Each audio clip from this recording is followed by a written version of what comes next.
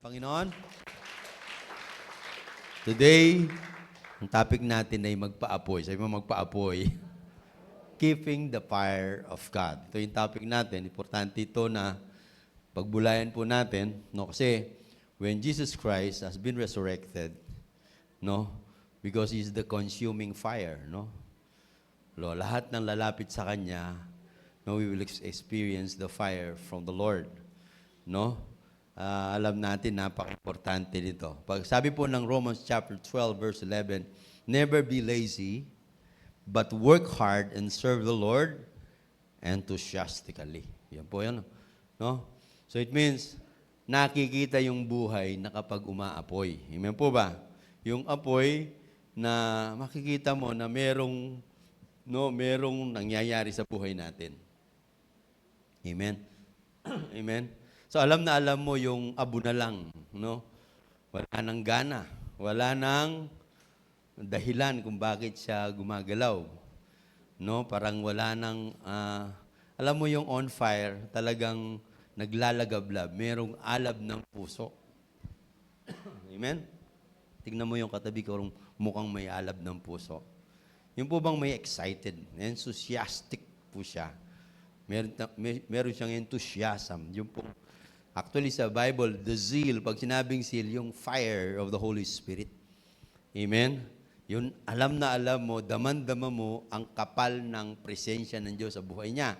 Kasi kapag nandun si Lord, we are consumed by His fire. Consume me with your fire, sabi po nun. Amen? Sa Bible, meron pong nangyari in the life of Moses. Sino po yung nakilala kay Moses? No? Si Moses, meron pong yung journey niya sa buhay niya natin, no? Yung first 40 years ng kanyang buhay, he stayed in Egypt. All his learning and education, his practices comes from the Egyptians. It means yung po yung world. Yung 40 years niya, natutunan niya sa lahat sa Egyptian. So he's educated. Egypt then is the Harvard. No? So lahat ng natutunan niya. But the moment na umalis po siya doon dahil po na pinatay niya yung isang Egyptian, hinahabol siya, hanggang sa pinalayas siya kasi nawala na siya sa connection sa Egypt. Another 40 years of his life, he stayed in the desert. No, nag-stay siya, naging survivor siya, no, doon sa desert para alisin na lahat ng natutunan niya to start with, no? Amen? Para magpasimula. Sabihin po natin magpasimula. Sabihin mo natin magpasimula. Alam niyo po ba, kapag magpapasimula si Lord, He will introduce Himself by fire. Amen? Sa Bible, meron tinatawag tayong omnipresent. Pag sinabing omnipresent, kahit nasaan ako, nandun ang Diyos. Amen? Pag sinabing all-knowing, amen po ba? No? Omniscient. Pag sinabing omniscient, means lahat alam niya. Ang iniisip mo, lahat ng bilang ng buhok mo, alam niya. Pero kapag sinabing immutable, yung pong hindi siya nagbabago.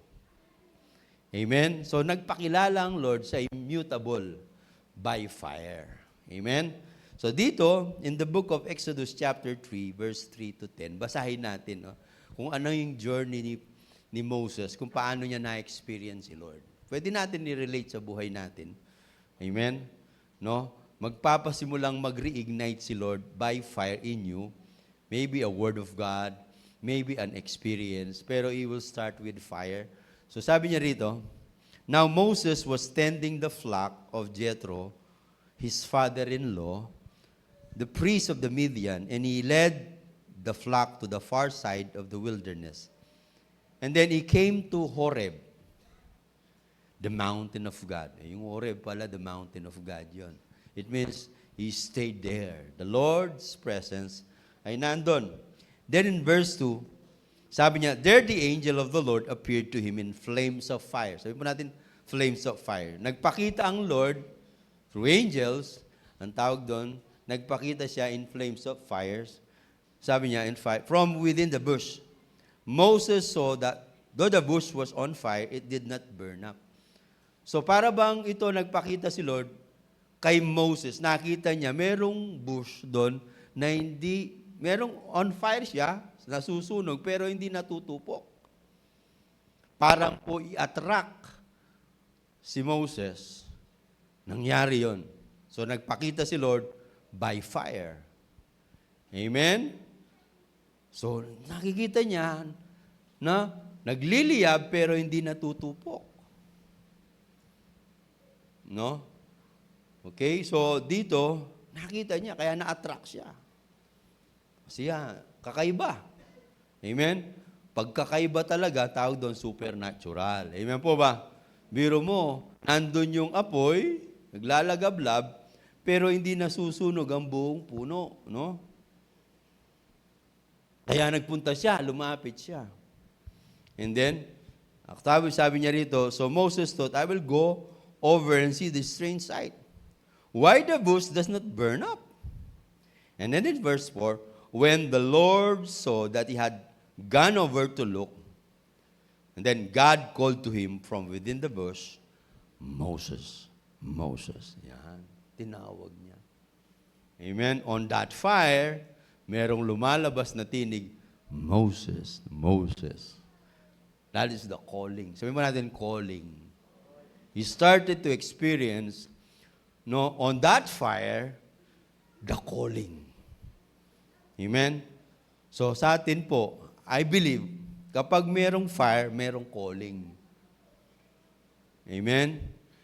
Tinawag itong si Moses, and sabi niya, do not come any closer. God said, take off your sandals, for the place where you are standing is holy ground.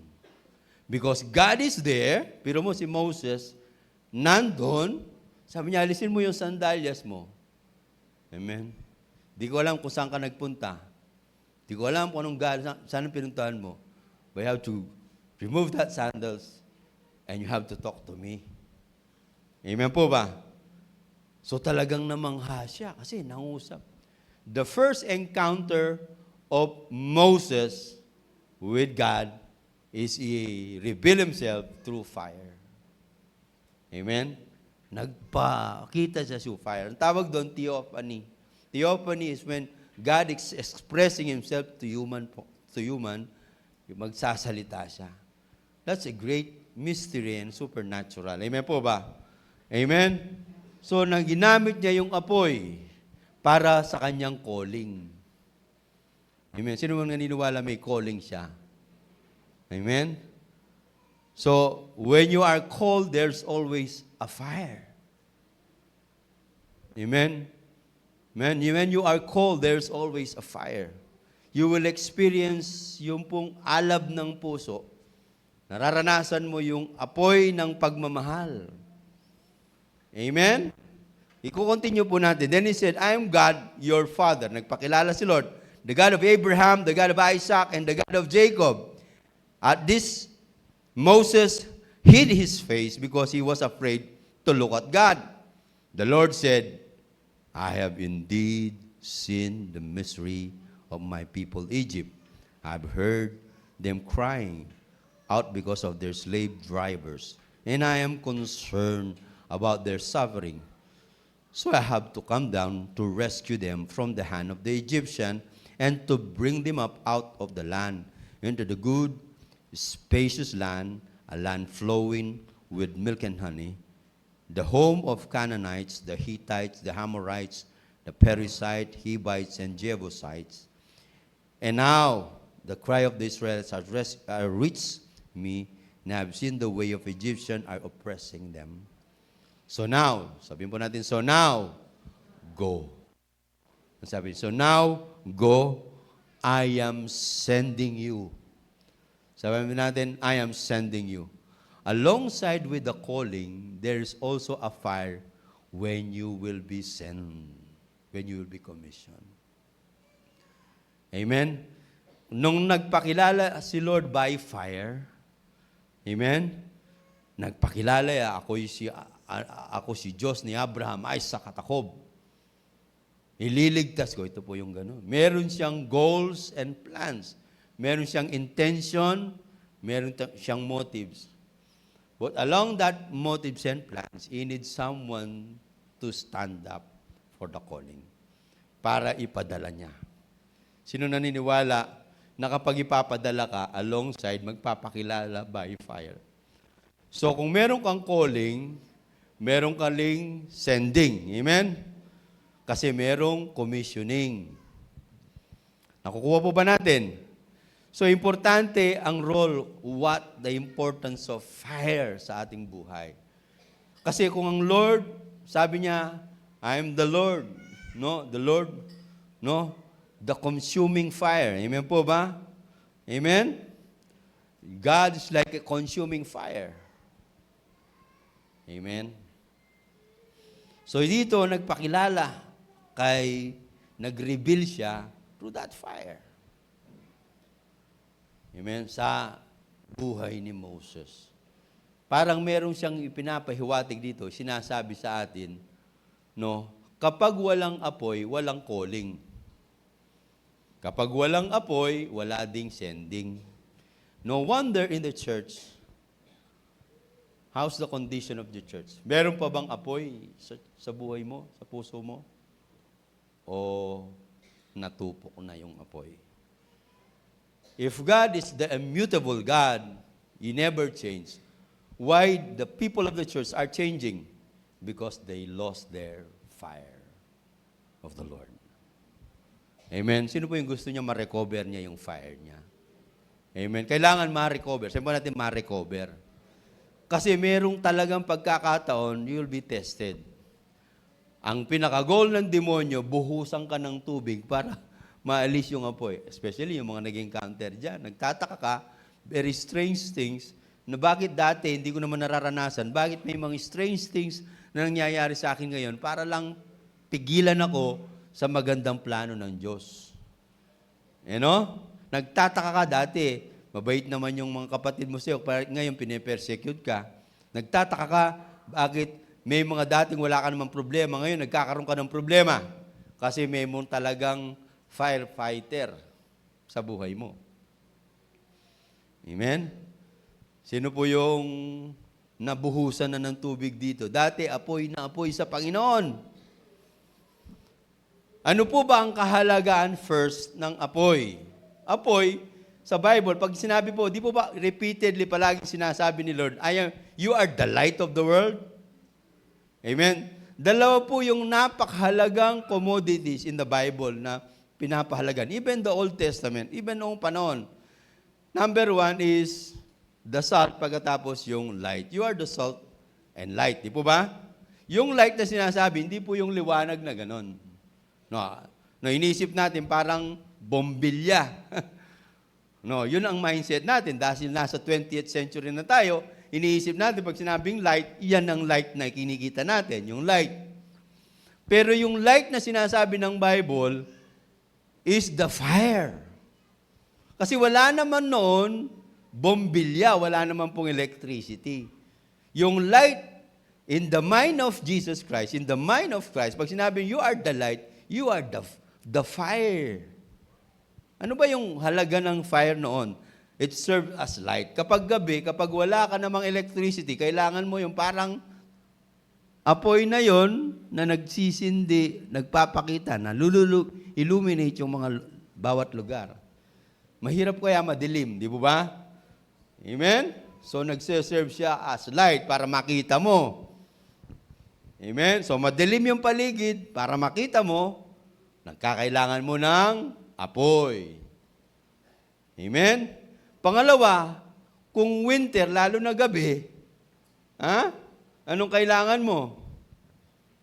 Kailangan mo ng apoy. Magsusunog ka para hindi ka malamigan. Baka manigas ka.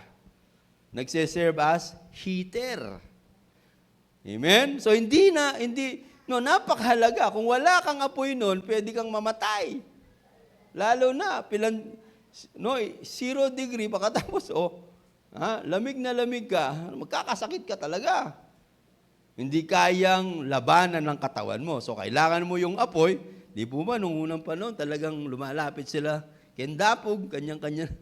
Di ba? Para lang po mainitan. Di ba? Ano pa? For cooking. Paano? Kailangan mo ng apoy para panluto. Amen? So, paano mo iluluto? Wala namang microwave noon, wala namang oven. So, kailangan natin yung apoy. So, kung walang apoy, walang pagkain. Di ba? Kung walang pagkain, mamamatay sila. Kaya napaka-importanting commodity ng fire sa panahon nila. Kaya nga po nang sinabi ni Jesus Christ ito, is speaking about, you are the light, you are the fire of this world. Amen? So, yung po din ay ginagamit nila to forge a weapon. Kapag gusto nilang gumawa ng weapon, papandayin nila yung espada para lang po makagawa sila ng weapon. Amen? So, kung wala po yung apoy, hindi nila maano yung bakal. Gayun din po kapag nakipag-warfare sila. I remember, kung makikita niyo yung mga ancient war, meron silang ball of fire, papadapo doon sa kalaban para sunugin, tupukin yung kabilang. Talagang ginagamit nila pang warfare yon. Actually, yung Jerusalem, 2 times po siyang sinunog. Na at the time, yung last, yung pong AD 70, burned by Titus, General Titus. The Romans burned Jerusalem. No? Kasi nga, nag-away na sila, nag-war na, si dating alipin ng mga Romans, nung panahon ni Jesus Christ, di ba, mga Romans yung mga soldier. So, nagkaroon ng revolt in AD 66, then nagkaroon ng war. Ang ginawa ng mga Romans, sinunog nila, headed by Titus. Sinabi ni Jesus Christ yan, walang bato na magpatong sa kapwa bato. Sinunog. So, it means, napaka-importante ng fire. Kaya hinahalin tulad tayo sa fire.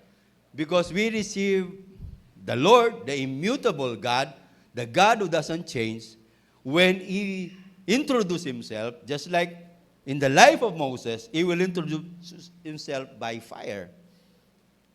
Kaya kapag wala kang understanding that ang God na ito is like a consuming fire, kapag natupok na consume ka, it means it reflected na parang ikaw ay nagre-reflect sa Kanya katulad niya. Amen? So ito po yung kahalagahan nito. But first, i-continue ko po, i-reflect po natin spiritually, aanuin po natin. Ang demonyo ngayon, yung fire mo, it symbolizes the enthusiasm, the passion, yung love mo kay Lord. Yun na po yung fire mo. Amen? Yung pag-ibig mo, yung pong excitement mo, yung po bang determination mo, yung pong commitment mo, yung pong, amen? Yun po yun eh.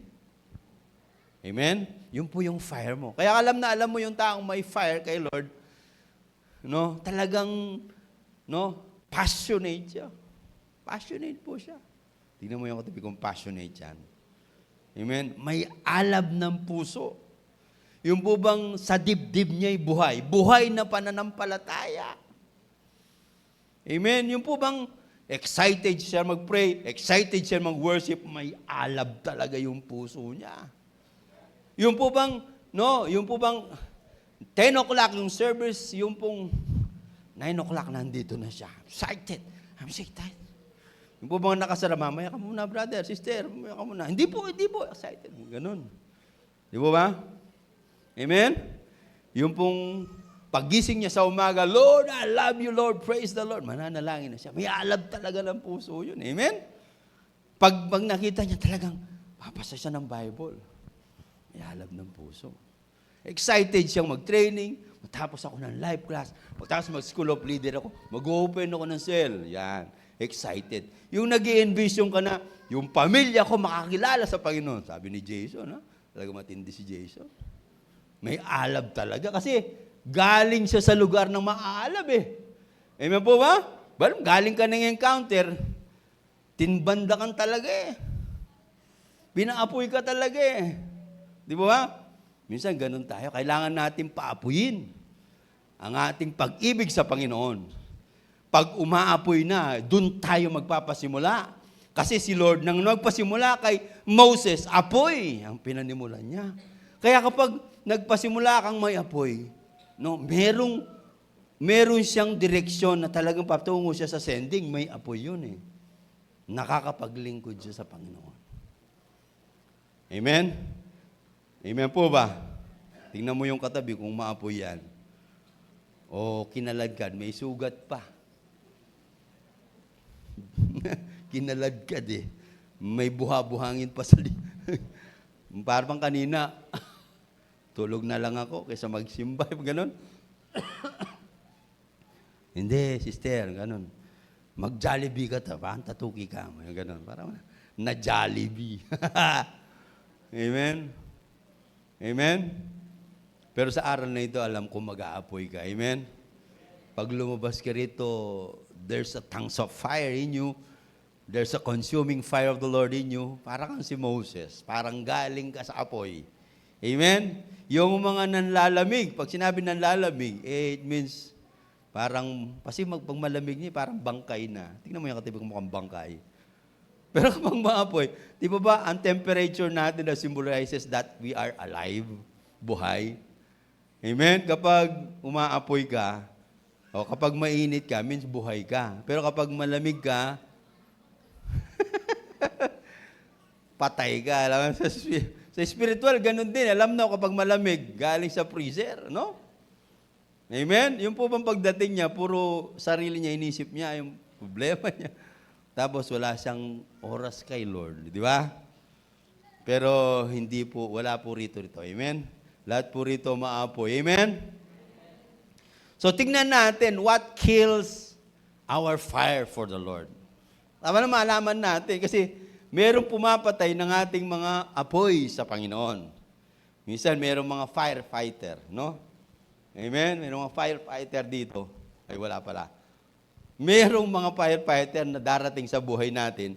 We are not excused kasi the moment we bring a fire, the fire of God in us, the devil is, no, gusto niya makipaglaban sa iyo. O sige, ano to? Umahamon siya. O, di ba? So makikita mo, kung paano lalo kang naglilingkod sa Panginoon, lalong lalapit ang kalaban para, no, para tupukin yung apoy sa iyo. Kasi dangerous ka sa kaharian ng kalaban. Kasi baka marami kang maapuyan.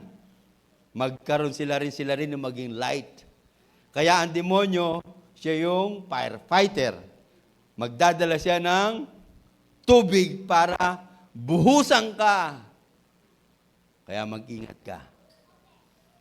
Amen? Kailangan, kailangan hindi matupok. Amen? So dito, ano yung mga bagay, i-identify natin, yung nakapag tutupok ng apoy ng ating pananampalataya. Number one, tulad po ninyo, offenses. Number one ang offenses. It means, sino po yung na-open na dito? Offenses is a powerful firefighter of the enemy. You know? Yung po bang may nasabing di maganda sa iyo, nasaktan ka? Yung po bang meron kang naramdaman na talagang na-open ka sa kapwa? Offenses.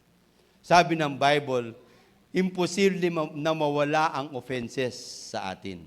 Lahat tayo pwedeng makaranas ng offenses. Either you are the one who will be offended or you are the one who can offend others.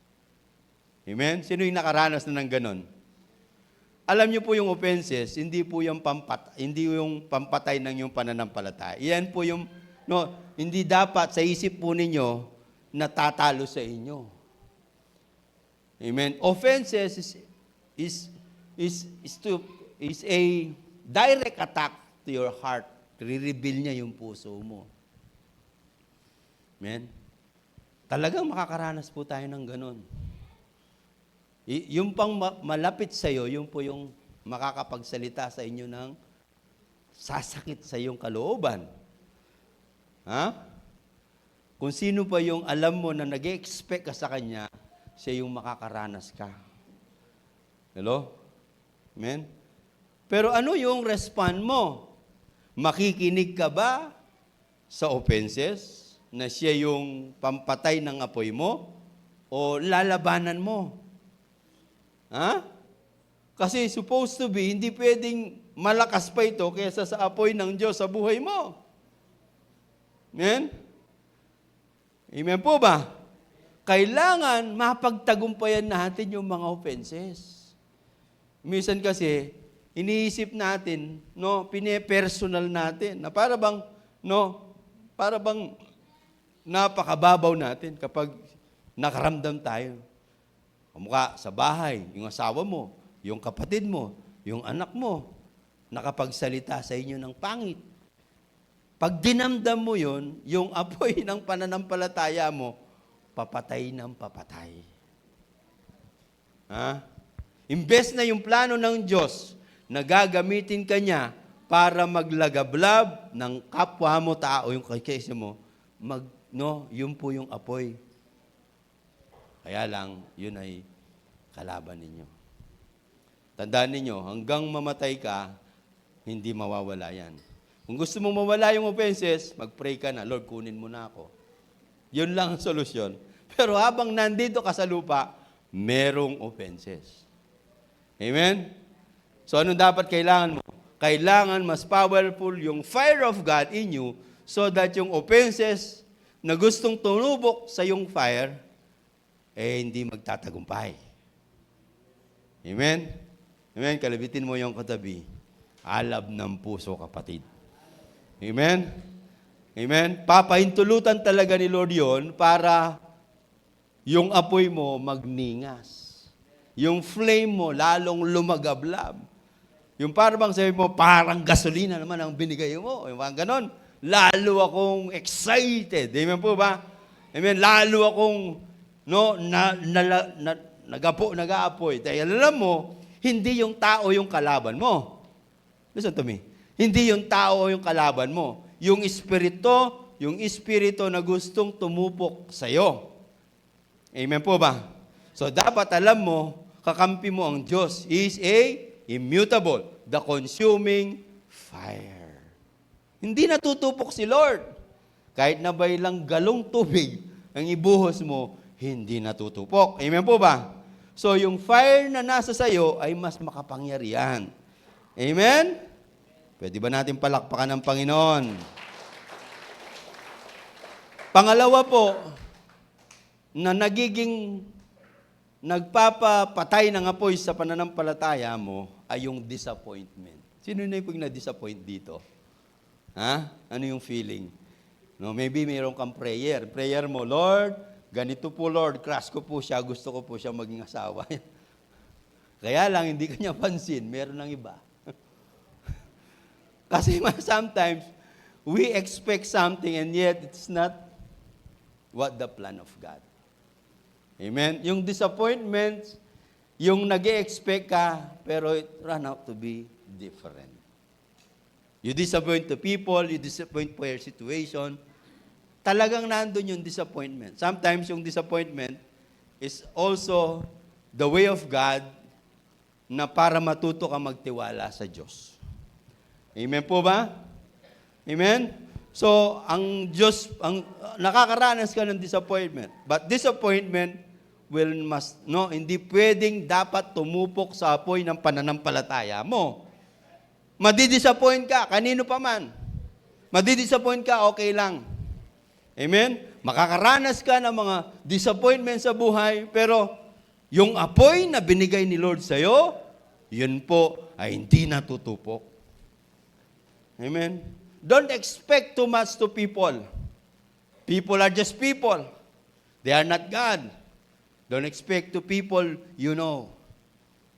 Maybe, mayroon kang ine-expect, but it turned out to be different. Amen? Medyo, mas alam ng Lord ang nakakaganda sa atin. Minsan yung ine-expect mo, hindi pala yung aprobado kay Lord. Alam niyo po ba, sometimes, unanswered prayer is a answered prayer.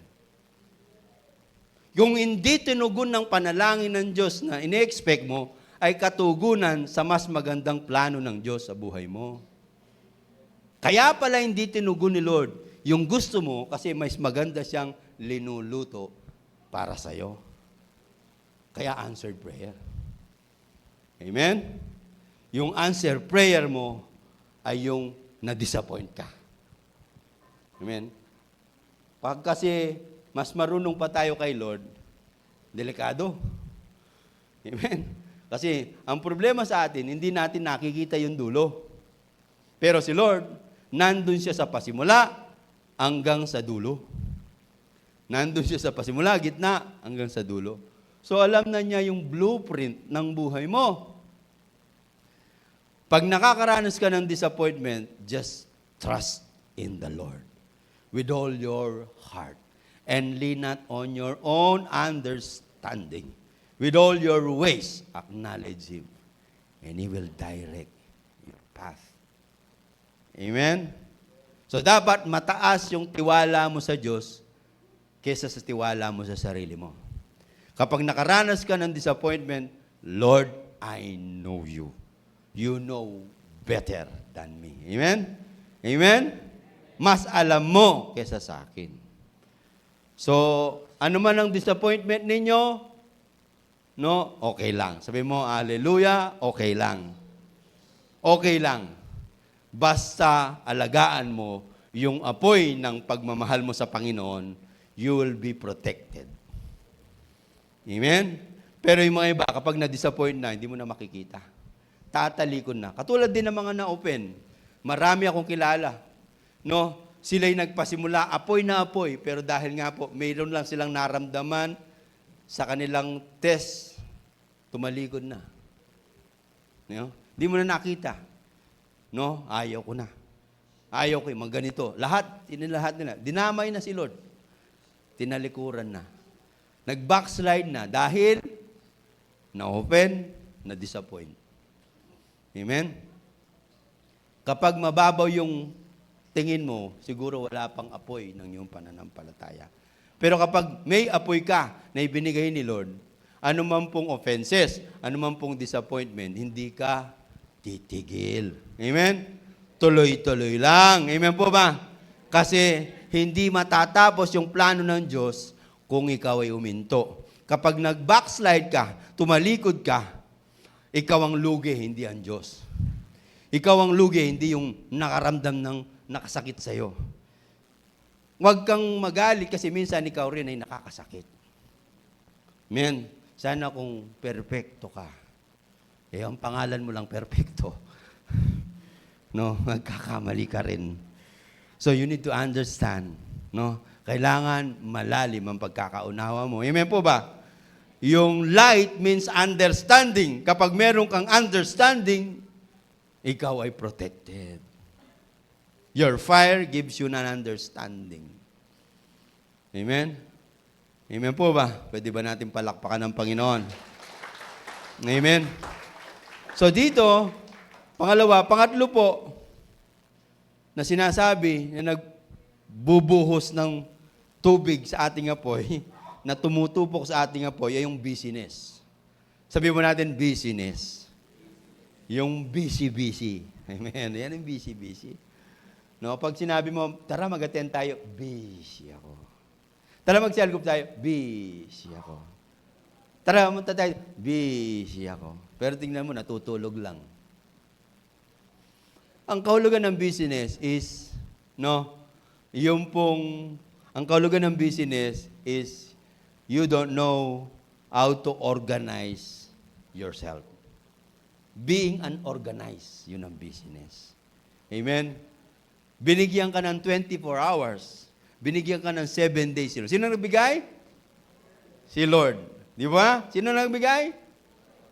Okay. Si Lord ang nagbigay. 7 days a week.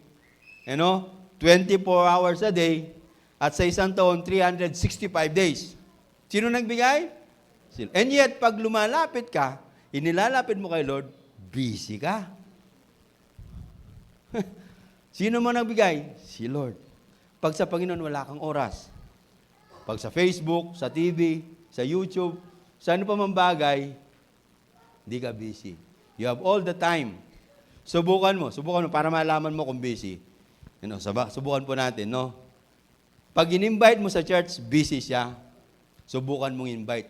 Tara, punta tayo sa Vikings, kain tayo, libre kita. Subukan mo lang, gagawa ng oras yan.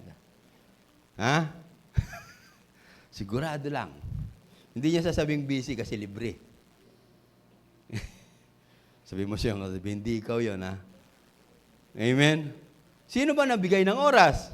Si Lord. And yet, pinagdadamutan mo ng oras. Binigyan ka niyan, sino nagbigay ng lakas? Si Lord. Para ikaw ay magtrabaho, binigyan ka niya ng lakas. Amen? Yung lakas na yon, priority yon para meron tayong relationship. Amen po ba? Binigyan ka lang ng chance, sige magtrabaho ka. At least ipalabas mo yung potential mo. Pero the very purpose, kaya ka buhay ngayon dahil sa akin. Amen po ba? Pwede kong kuhanin yung buhay mo, sabi ni Lord, anytime. Pero dito buhay ka, gusto ko magbigay ka ng karangalan sa buhay sa akin para maparangalan ako sa buhay mo. Amen po ba? Yung lakas mo, i-google mo para parangalan ako sa buhay mo. Sa lahat ng ginagawa mo, whether you eat or drink, do it for the glory of God. It means, kahit na ano pa man bagay, si Lord pa rin ang dapat napaparangalan. Ngayon, kapag sinabi ni Lord, okay, magsimba ka, binigyan kita ng 7 araw, di ba?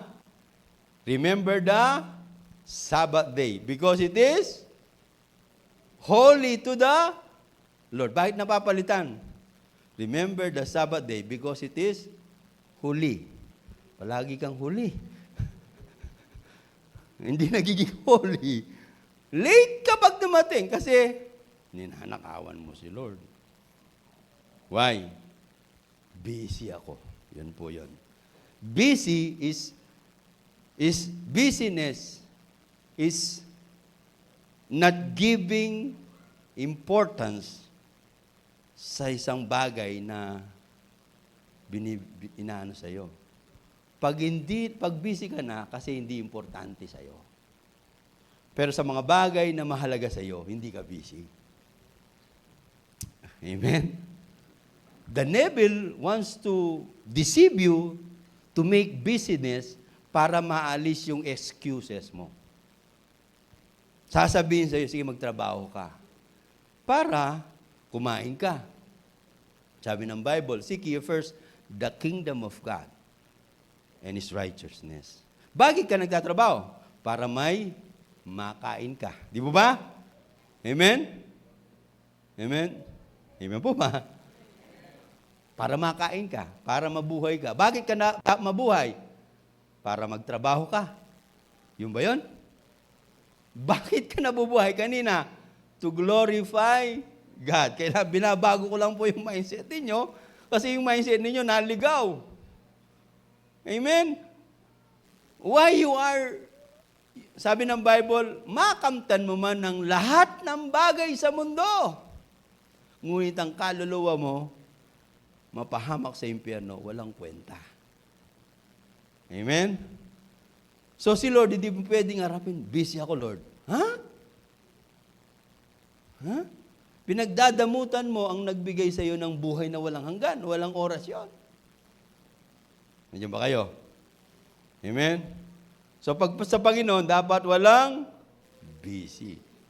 Pag mahalaga, subukan mo pag yung crush niya, sabi niya, tara tulungan mo ako. Punta tayo sa mall. Yan. Kahit na may exam yun, no, yung final exam, o kaya, kahit na magtatrabaho yun, bibigyan ng double pay. Pag sinabi ni crush, tara punta tayo. Gagawa ng oras yun. Kasi, ano ang mahalaga, binibigyan ng oras. Ang tanong, mahalaga ba si Lord? Sigurado ka? Bakit sometimes wala kang oras? Unorganized lahat tayo. Pag tanino mo, alam na alam mo yung organized, paggising sa umaga, meron ng oras sa Panginoon. Kasi umaapoy, di ba? Kapag ang oras ng trabaho niya, 7 o'clock, gigising siya ng ilumang 5 o'clock kasi meron siyang oras 5 to 6, makakapag-pray siya. Maliligo siya at makakapasok siya. Whatever is important to you, you give time. Amen? Kaya hindi ka nawawala pag Sunday, hindi ka nawawala pag training, hindi ka nawawala, you give time. Kasi it is important to you. Busyness is not an excuse. Amen? Pag tinawag ka ba ni Lord, Lord, busy po ako.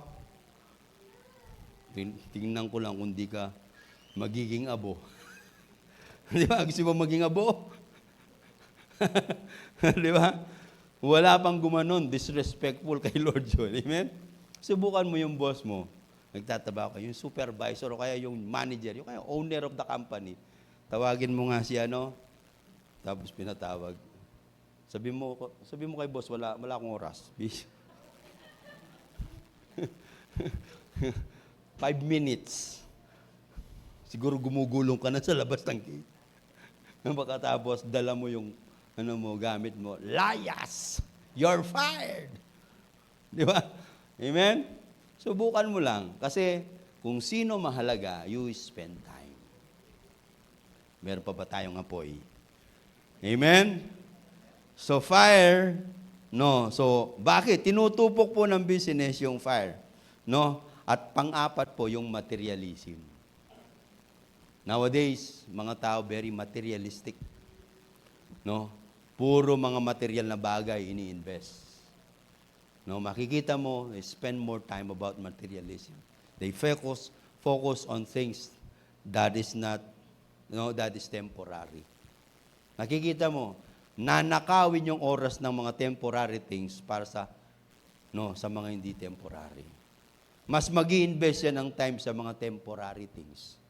Material na bagay. Sabi ng Bible, ang pananampalataya mo ay tulad ng ginto, pinadadalisay. Kaya yung pananampalataya mo ay mas mahalaga pa sa ginto, sabi niya. Ay, ginto.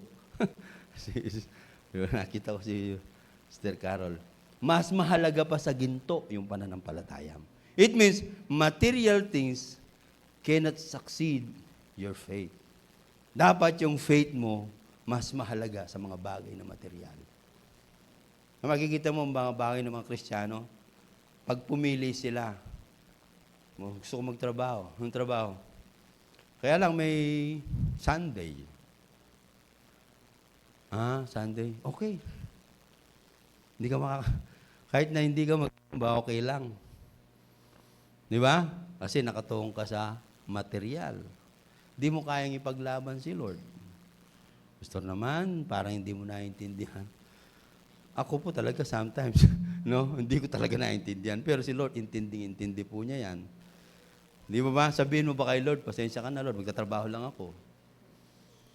Para bang pinagwala mong galing ni Lord. Sabi nga niya, unahin ninyo ako at ang lahat ay bibigay ko sa inyo. Amen? Pero pag wala ka talagang, pag inuna mo yung bagay na natutupok kaysa sa bagay na hindi natutupok, hindi ka magtatagal. Mawawala ka talaga. Marami mga Kristiyano ngayon, abo na lang. Alam mo yung abo? Subukan nyo magluto, gamitin mo yung abo, makakaluto ka. Sino nagluto abo? Dati naman, umaapoy ka naman. Kaya lang, hindi mo, pinabayaan mo, naging abo na lang. Tingnan mo yung katabi. Mukhang abo na. Meron ka ba bang nakikitang apoy sa kanya? Baka may offended yan, Baka mayroong mga disappointment yan, baka may busy yan, baka materialistic yan. Hindi mga bagay na ito ang makapaghiwalay sa atin sa pagmamahal natin sa Panginoon. Kahit na langit, impyerno, lahat, angels, kahit na sino, hindi pwede. Dapat yung apoy natin, tuloy. Naglalagablab. Amen po ba? Bakit napaka-importante na tignan natin dito? Kasi kapag hindi po tayo nag-apoy sa Panginoon, magpuproduce po natin yung maling Kristiyano. Ano, consequences of losing your fire? It produces uncommitted Christian. Amen? Sa church po, marami pong uncommitted. Basta ano lang. No, basta Christian lang ako, Christian. Pwede ka bang mag-commit na mag-pray, mag-commit ka na mag-ministry? Ay, sa Christian. Ha? Si Lord ba namatay sa krus ng Kalbaryo para mag-produce ng uncommitted Christian? Yung pag gusto niyang i-commit ang sarili niya, i-commit niya. Pag ayaw niya. Hello? So, kawawa po yung bayan natin kapag yung mga Kristiyano uncommitted. Di ba? Mabuti pa yung mga Taliban, yung pumapatay ng mga nagpapasabog ng katawan, talagang committed. Alam mo yun? Maglalagay sila ng bomba, committed ako. Kasi papatayin ko yung pagpapasabog sa katawan niya, very committed yun. Ha? Tayo, Bible totoo talaga to di ba? Nagpakilala na si Jesucristo talagang nabuhay na gamuli. Amen? So dapat, tayo po'y committed. Kasi kapag walang committed Christian, kawawa yung next generation. Kasi hindi nag-produce ng mga example na talagang very radical believers. Amen po ba? Kaya sa church, hanapin mo mga religious na lang. Wala nang pagkakaiba yung mga unbeliever at believer. Kasi mga uncommitted. Maraming uncommitted. Sabi mo sa iyong katabi, dapat committed. Amen? We will produce casual and ordinary Christian. Alam niyo po ba, sa Bible, kapag po dinaanan yung anino ng mga disciples noon, nagagaling yung mga may sakit. Hindi mo mai-connect sa tao kasi kapag kinausap mo, talagang magre-repent. Kasi ikikwento nila si Jesus. They are not doing casual things because they are doing extraordinary things. So kapag hindi po tayo, wala pong apoy, mga ordinaryo na lang. Amen? Minsan makikita mo, ordinary. Kapag naging ordinary na lang, they will become casualty. Mga casualty, yung mga pasyente na lang sa simbahan, puro mga problema nila personal, di nila kayang mapagtagumpayan. Kaya tayo naging Kristiyano, yung kapangyarihan ni Kristo, dumapo sa atin para solusyonan ang mga problema ng mga tao, para ilapit sila sa Panginoon. Kaya kung ano mang ipag-pray ninyo, pwede nyong makatulong yan, yung prayer ninyo. Di ba? Kaya wag po tayong titigil na ipanalangin, lapitan ng tao. Kasi people na wala sa Panginoon, marami po silang problema. No? Bombard po sila ng gawa ng kaaway. Kaya tayo pinapadala ni Lord. Amen? To solve problems. Tingnan mo yung katabi ko, mukhang problem solver yan o problem. Dalawa lang naman yan. Either you will be solver of the problem or you are the problem. Amen? Kasi kapag you are a problem, it means ikaw mismo talaga yung problema. Kailangan mabago ka na. Amen po ba? Amen? Nagiging religious na yung mga tao. Hindi mo mapakumit kasi religious. They just do ordinary work. Alam nilang gawin, mag-TikTok. Alam mo, TikTok? Ha? Alam na lang TikTok. Ordinaryo na lang. Ha? Pero yung mga taong committed, pag manalangin yun, that's the tongues of fire. Dinidestroy nila yung works of the enemy. I have given you authority to trample on snakes and scorpions. No one can harm you. I will send you a wolf surrounded by thieves, sabi niya. And wolves. No, I will send you like a sheep. No? In the wolves, sabi niya. So it means, ikaw ay talagang pamain. Ha? Ikaw ay gagamitin ni Lord. Amen po ba? Sabi mo sa iyong katabi, you are a problem solver. Kaya, unang-unang isosolve mo yung problem sa pamilya mo. Amen po ba? You will help them. You will help them to know Jesus Christ. Amen?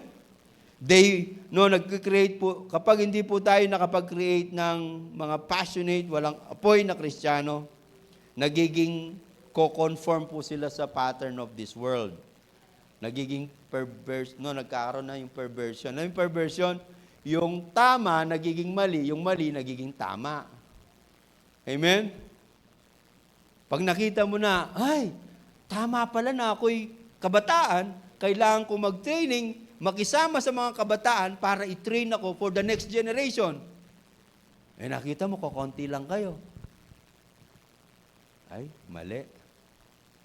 Wala na sila. Doon na lang ako. Nagiging perverted na. Yung supposed to be kahit na ikaw na mag-isa, meron kang drive, meron kang commitment, meron kang passion, gagawin ko to para magpatuloy. Amen po ba?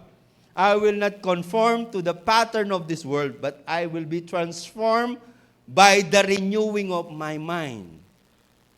Kung sa eskwelahan, hindi tanggap-tanggap yung mag-share ng gospel, pero because you are transformed, you will share the gospel. Amen? Kahit na hindi approve sa tao, pero approve kay Lord, mas okay. Amen? Pero yung iniisip mo, wala namang gumagawa. Hindi tama. Yung tama, nagiging mali. Amen? Yung pag na-late ka, okay naman yan, acceptable naman yan. Tama naman. Mali. Nandiyan po ba kayo? Amen? Baguhin natin yung takbo. Amen po ba? Pwede ba natin palakpakan ng Panginoon? Amen? So we will conform. Sabi niya, the spirit of the ages will dominate the atmosphere. We produce lukewarm Christian. I mean, lukewarm Christian, yun ang mga sinusuka ni Lord. Sabi niya, hindi ka mainit ni malamig, I will spit you out. Susuka kita. Sabi ng Bible, you will lose your covenant when you are, kapag wala po yung fire ninyo. Amen?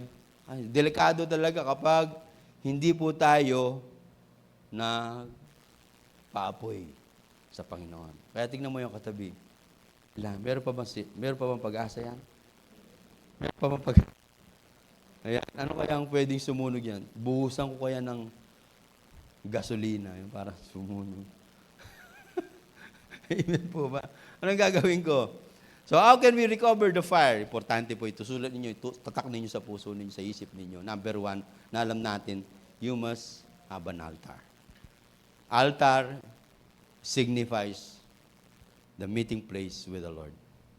Sino po yung nagdi-devotion nito, nagpe-pray? You must have an altar.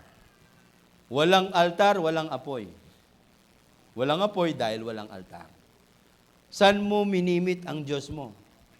Saan mo kinakausap? Saan mo siya nare-receive? You must have an altar. There must be a significant place in your home na kakausapin mo, Lord mo. Yun po yung altar mo. Abraham, Isaac, Jacob, pagdating po sila sa lugar na pupunta sila, gagawa na kagad sila ng altar. They are the altar builder, tawag po sa kanila. Ang Kristiyanong walang altar, walang apoy. Kaya ka walang apoy kasi wala kang altar. Hindi po yung altar, nilagay mo ng Diyos-Diyosan, huwag pong ganon.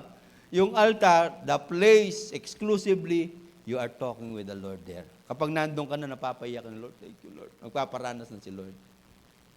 Amen? Amen po ba? Alam niyo po, yung unang naging altar ko, aparador. Yun po ang altar ko. Nasa loob ako ng aparador, umiiyak ako doon, pawis na pawis ako. That's my altar. And God reveals a lot of things to me on that altar. Amen? Amen po ba? Your altar must be your time. Yung oras mo na kung saan kakausapin sa Lord. That's your regular, consistent na altar na ibibigay mo kay Lord. You will wake up very early in the morning, 4 o'clock. Jesus Christ, He has altar. He meet His Father God, then He reveal Himself. Amen po ba? Altar is a place you will meet with God. Kapag ang Diyos nag-usap sa iyo, kakausapin ka niya, i-encourage ka niya. Kaya yung apoy na hinahanap mo, lalagablab ka. Kasi nga po, yung consuming fire, si God, dada po sa iyo. Just like Moses. Amen po ba? Pangalawa po, yung sacrifice. Kasi kapag may altar, meron silang tatawaging sacrifice. Yun po yung kordero, yun po ilalagay nila. Amen? Amen? So kapag ang Kristiyano hindi na nagsasacrifice, wala nang apoy. Amen? So may mga bagay na kailangan mag-sacrifice ka. No, hindi lamang yung Yung mag-extra ka. Pag extra means nagsasacrifice ka. Yung gumagawa ka ng paraan para no? Amen po ba? Yun may mga sacrifice natin. You sacrifice your time, your money, your effort, your strength, your wisdom, your ability. Lahat ng mga bagay nito na binigay ni Lord, isa-sacrifice mo. No, yung mahalaga sa iyo, lalagay mo yan. Iyaon mo. Lalagay mo sa altar mo. Amen? You sacrifice your dream. You sacrifice your career. I sacrifice my career nung ako'y magpastor. Sabi ko, Lord, ako, business ako. Kaya lang sabi ni Lord, magpastor ka. Opo, Lord. Wala na yung pangarap ko. Yung pangarap ni Lord, yung gusto. Sacrifice. Amen? Patayin mo yung tinataba nilang pinatabang guya. Yung kordero, yun po yun. Yung mga pangarap mo, yung mga sacrifice mo. Amen? Yung po bang ngayon, mga Kristiyano, nasa comfort zone, ayaw na nilang mapagod. Wala ako sa sakyan, hindi ako makakapagatin. Maglakad ka. Alam niyo po kapag may sacrifice, yung malayo nagiging malapit. Yung mahirap nagiging madali. Yung mahal nagiging mura. Ay, makita ko magla-live class. Ay, yari na ako. Tapos na ako nagsimba. Tapos stay pa ako dito. Eh talagang ganyan, may sacrifice, sister, brother. Gusto mo, ikaw na lang ipako muna para... Kasi si Lord, sinacrifice talaga, pinako di ba? Anong gusto mo, mag-live class o ipako? Anong mahirap? Na? So, yung madali, sacrifice mo na. Mag-cell group ka. Ay, di ba nagsatin na ako ng Sunday? Mag-cell group ka. Busy ako Yun, Amen? Wala na Mag-training ka. Kasi nga, we need to be trained. Kasi nga po, pasesyan tayo. Kasi may apoy dapat. Kasi may ginagawa mo lang. Kasi ginagawa na lang. Nandiyan pa ba sa puso mo? Bakit ka nagla-life class? Kasi may plano ang Diyos sa buhay mo. Binago ka niya, gagamitin ka niya. At pagkatapos, itinitrain ka niya, give time. Ay, Sunday lang yun may trabaho ka. Pray ka na lang kay Lord para wala ka ng problema. Lord, kunin mo na ako pa. Di ba? Kaya alam niyo po ba yung mga business people sa Singapore, yung mga mighty leaders, pag nagse-cell group sila, alas 3 ng madaling araw. Kasi busy sila Alas 3. Peter Tanchi, ang laki ng simbahan. Nagmi-meeting siya kasi punong-puno yung schedule na 3 o'clock, 2 o'clock. Ha? Tayo pag tumagal ng konti, parang ginugulangan tayo. Di ba? Nung dating unbeliever tayo, pag natapos na yung isang oras, uwi ka na, walang pakialam kasi given naman yun, kasi acceptable naman yun, kasi wala naman si Jesus. Pero ito, si Jesus po, malaki ang investment niya sa'yo, kapatid. Amen? Malaki investment niya sa'yo. Glugi siya kapag wala kang ginawang supernatural. Amen? So, altar, ang pangalo po, yung fuel mo, yung food mo. Ano ba yung wood? Yun po yung panggatong, di ba? Susunugin yun Yun ang service mo. Ang wood represent the cross, yung pong kahoy na buhat-buhat ni Kristo, yun po yung love. Pagmamahal mo. Di po ba si Peter, dahil nung namatay si Jesus Christ, nung hinuli siya, sabi ng Lord, hindi kita. No, sabi niya, itatatwa mo ko ng 3 araw, 3 beses. Hindi, Lord, hindi. Yan, ang lakas ng loob. Nung nakita, hinuli na si Jesus. Tapos sabi na, yung mga tao, kasama nila yan. Kasama nila. Hindi ko kilala yan. 3 beses, tinatwa niya si Jesus. Kaya backslider si Peter. Naging abo kagad. Abong-abo siya. Hindi na niya gagawin. Kaya gagawin ko, mag-isda na lang ako. Nang isda na lang. Pero after 3 days, nabuhay na muli si Jesus Christ. Nung sabi niya, hinabol niya si Peter. Dapat paapuyin ko ito. Talagang abo-abo na. Paano ibabalik yung apoy? Peter, do you love me? Yun. Kapag nawala na yung pag-ibig mo kay Lord, wala na yung apoy. I-recover mo lang yung kapag mahal mo. Yun po yung wood. Kaya sabi ng Leviticus chapter 6, kailangan hindi natutupok yung apoy. Gagatungin mo yun. Umaga. Bakit ka nananalangin kapag umaga? Kahit na pagod ka, puyat ka. Kasi mahal mo ang kakausapin mo. Mahal mo siya. Hindi siya walang kwenta. Kaya ka buhay ngayon dahil sa Kanya. Gusto Kanyang kausapin. Kaya huwag kang magtaka kapag napakadali mong ma-open, napakadali mong wala nang apoy. Nabawasan na yung pag-ibig. Naging abo na. Wala nang pangkahoy. Di mo na naalala yung namatay si Kristo, mahal na mahal ka niya.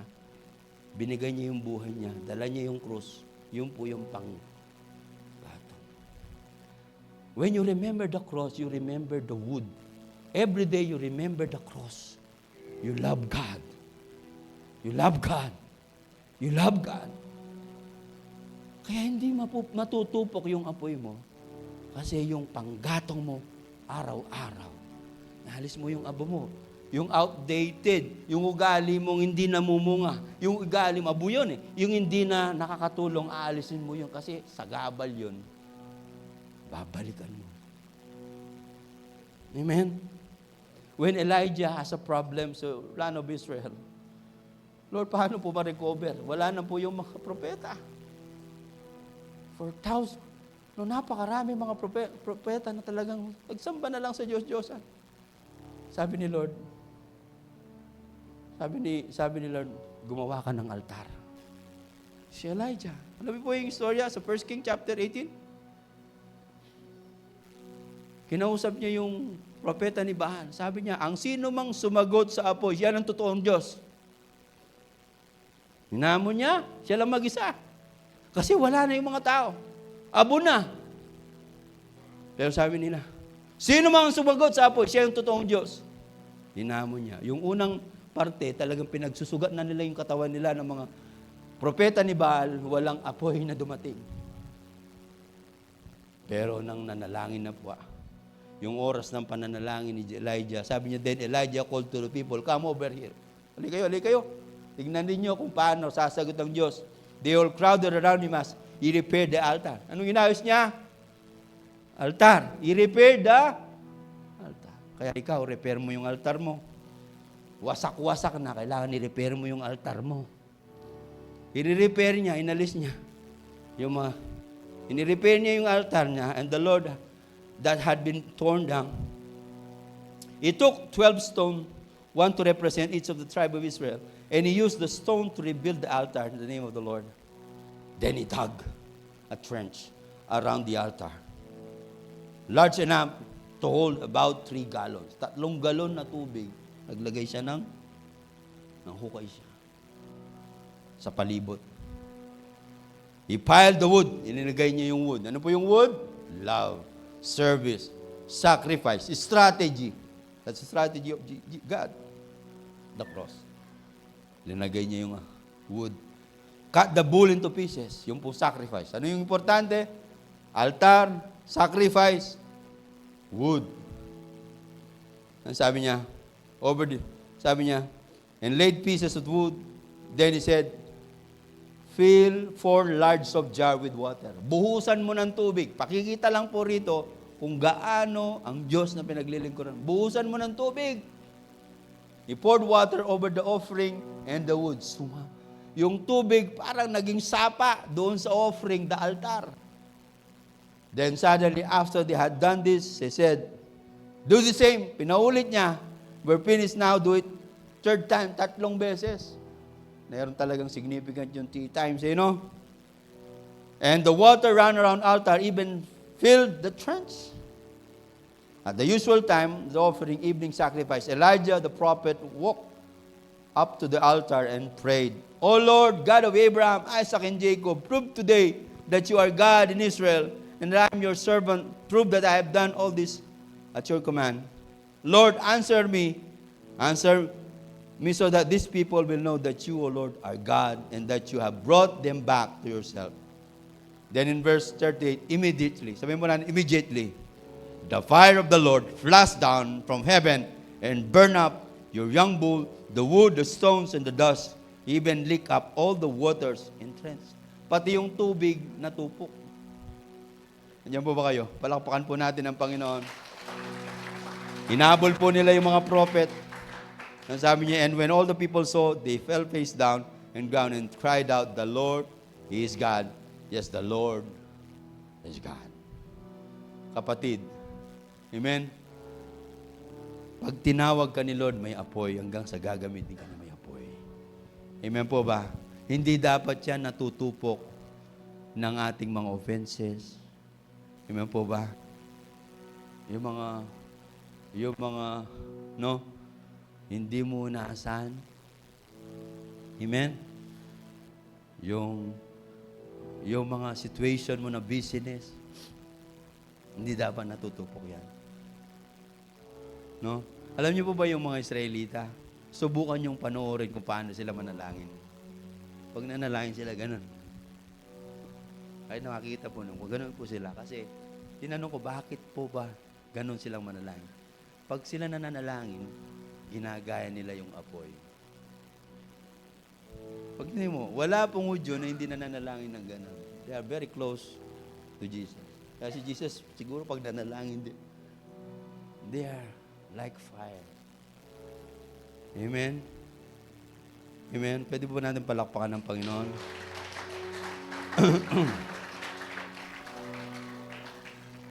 Amen?